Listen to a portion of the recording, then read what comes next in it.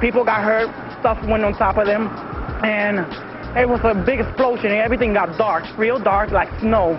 The FBI is here, as you can see. They had roped this area off.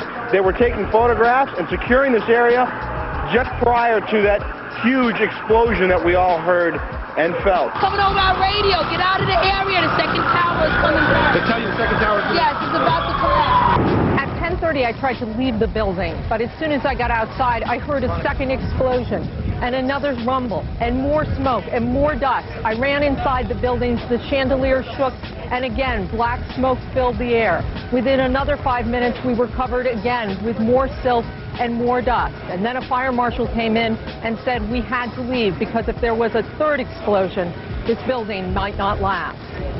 We just saw that as well. The second tower, the only one that was standing, tower number 1, we saw some kind of explosion, a lot of smoke come out of the top of the tower, and then it collapsed down onto the streets below.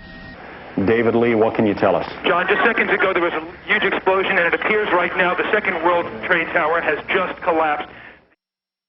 One eyewitness was standing among a crowd of people on Church Street, 2.5 blocks from the South Tower, when he saw a number of brief light sources being emitted from inside the building between floors 10 and 15. He saw about 6 of these flashes, accompanied by a crackling sound before the tower collapsed. Ginny Carr was attending a business meeting on the 36th floor of 1 Liberty Plaza, across the street from the World Trade Center, and caught the entire first attack on tape. A second explosion can be heard 9 seconds after the crash.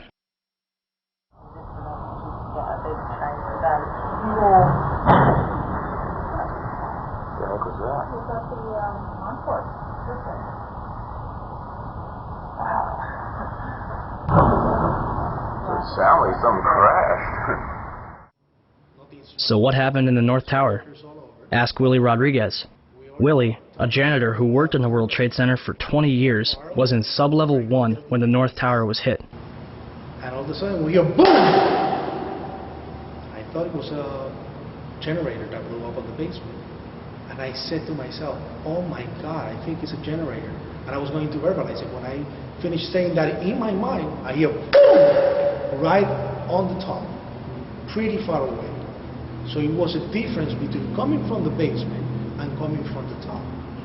And that's, everybody started screaming, and a person comes running into the office saying, explosion, explosion, explosion. He got his hand extended, and all the skin was pulled from his under his arm, all the way to the top of the fingertips, and he was hanging on both arms. Hanging and hanging. And then I look at his face, and he was missing parts on his face. And I said, what happened? What happened? And he said, the elevators, the elevators. And then there were many explosions, and when I actually talk about those explosions, they said that, well, there were so many kitchens in the building, and they have probably those gas canisters. And I said, I don't believe that, because the building was a Class A building. They have very strict guidelines of what you can put in a kitchen, and I really doubt it was gas. So there was a lot of misconceptions of what happened that day in terms of the explosions. But up to date, I haven't received an actual explanation about the different explosions that I heard on the upper floors and not all the way to the top. The windows in the lobby of the North Tower were blown out, and marble panels were blown off of the walls. This was brushed off as damage from a raging fireball that went barreling down the elevator shafts. However, the World Trade Center's core and elevator shafts were hermetically sealed, aka airtight. The fire could not possibly have had enough oxygen to travel 1,300 feet down, retaining enough energy to destroy the bottom 8 floors of the building. On 9/11, New York City lost 343 firefighters at the World Trade Center. Since they were the ones inside the towers before and as they collapsed, I'd say they've got a pretty good grasp on what happened. So what does the FDNY think? First, we had this interview from the Naudet brothers documentary. It was like posting the wars and there's nobody there. Well, fuck, what do we do? We made it outside. We made it about a block. We made it at least 2 blocks, and we started running. Floor by floor, it started popping out. It was if they had detonated. Detonated. They were planned to take down a building. Boom, boom, boom, boom, boom, boom, boom. All the way down. I was watching it and running. Just ran up West. And then you just sort of this cloud of shit chasing you down. Couldn't outrun it. In these interviews, numerous members of Engine 7 described explosions preceding the collapses, not to mention the damage to the lobby of the North Tower. I heard a loud boom. And my first thing, I was right at the desk there, on the left-hand side when you come into Tower 1. And I walked out, I didn't go out. I walked to where all the doorway was, the glass were broken, and I looked out, and I seen in the building across the street, I seen the shadow coming, I seen just the shadow in the building across the street coming down. And with that, I wasn't expecting to see the damage that I saw in the lobby, and the people, the bodies, the burnt people, the injured people. I really wasn't prepared for that. The lobby is about 6 stories high, and the lobby looked as though a bomb had exploded there. All the glass was taken out. There were 10-foot by 10-foot marble panels that were once walls. They were loose from the wall of the Trade Center. I went around by the freight elevator, and I could see it was just blown. It was just a giant shit. 30th floor. We hear another explosion. And at that time, we heard a huge explosion. Firefighter Louis Caccioli told People Weekly, "I was taking firefighters up in the elevator to the 24th floor to get in position to evacuate workers. On the last trip up, a bomb went off. We think there were bombs set in the building." For more than a year, the Port Authority blocked the release of a tape of firefighters' transmissions from the World Trade Center on 9/11. In November 2002, the tape was finally released to the New York Times and other news outlets. Why did it take so long to get the tape released? I got an eyewitness who said there was an explosion on floor 7-8. 7-8. We just had another explosion. Warren Street because of the secondary explosion. We've got numerous people covered with dust from the secondary explosion. And we got another explosion on the tower, 1013, 1013. Number 2 has had a major explosion and what appears to be a complete collapse surrounding the entire area. Who's involved in the secondary explosion at Tower 1K? I've got 5. Chief Palmer had reached the fire on the 78th floor of the South Tower and devised a plan to put it out. We got 2 isolated pockets of fire. We should be able to knock it down with 2 lines. They know that. 78th floor, numerous 1045 call horns.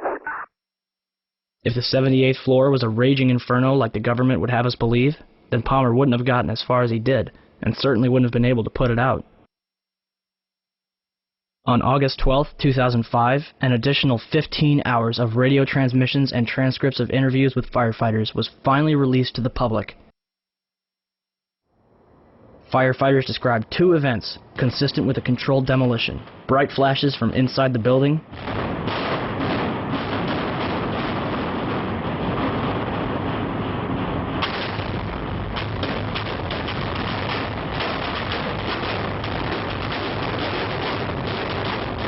and a number of crackling sounds before the buildings collapsed.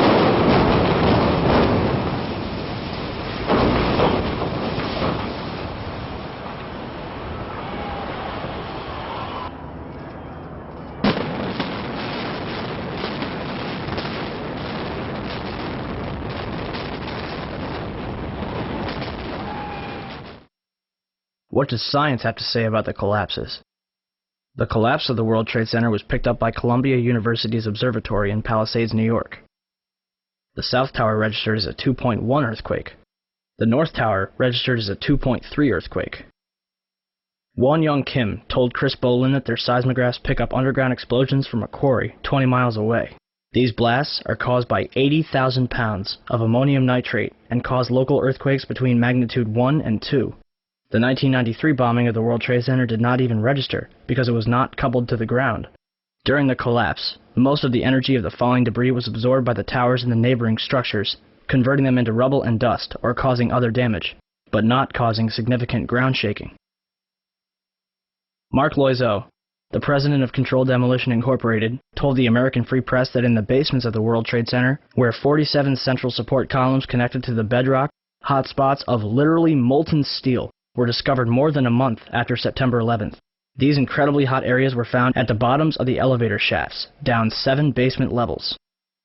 The molten steel was found 3, 4, and 5 weeks later when the rubble was being removed. He said that molten steel was also found at World Trade Center 7.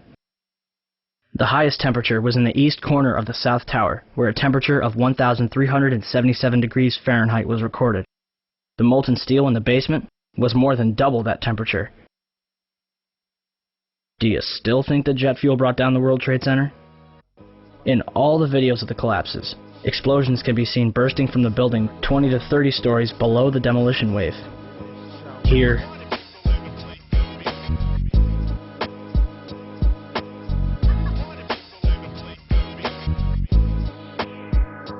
here,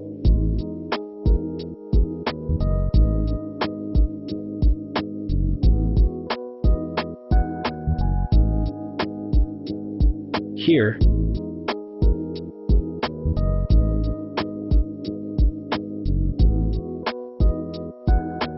here,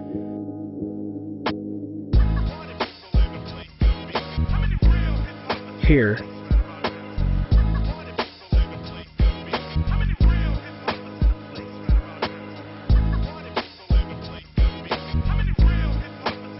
and here. Etienne Sauret was filming her documentary, World Trade Center, the first 24 hours, and caught both collapses on tape. Watch carefully.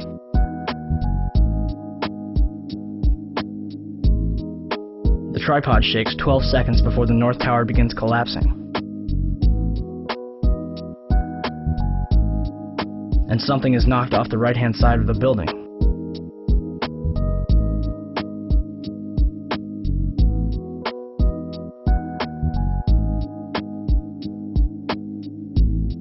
You're probably asking, if there were bombs in the building, how would they get in there without anyone noticing? Ben Fountain, a financial analyst who worked in the World Trade Center, told People magazine that in the weeks before 9/11, there were a number of unannounced and unusual drills where sections of both the Twin Towers and Building 7 were evacuated for security reasons. Daria Cord, a guard in the North Tower, told Newsday that security detail was working 12-hour shifts for 2 weeks before 9/11, but on Thursday the 6th, bomb-sniffing dogs were abruptly removed from the building. So who authorized all this? President Bush's brother, Marvin, was board of directors at Securicom from 1993 until fiscal year 2000.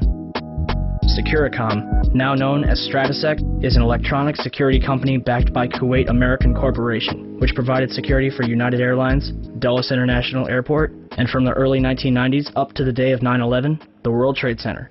Marvin is also the former director at HCC Insurance Holdings, which insured parts of the World Trade Center on 9/11. More information on this was supposed to be disclosed and never was. To date, the SEC has not revealed what they have learned. If only we could examine the debris from the World Trade Center and figure out what happened. Unfortunately, Mayor Giuliani began shipping the remains off to recycling yards overseas before investigators could even examine it. Not even FEMA was allowed into Ground Zero. Essentially, they blocked off a crime scene and destroyed all the evidence. Guess who was allowed into the site? Controlled Demolition, who was also responsible for cleaning up after the Oklahoma City bombing in 1995. It gets better than that. On July 15, 2001, Controlled Demolition destroyed 2 400-foot-tall fuel reserve tanks from the World War II era. The demolition was conducted for no apparent reason and drew numerous complaints from the neighborhood. The site remains vacant to this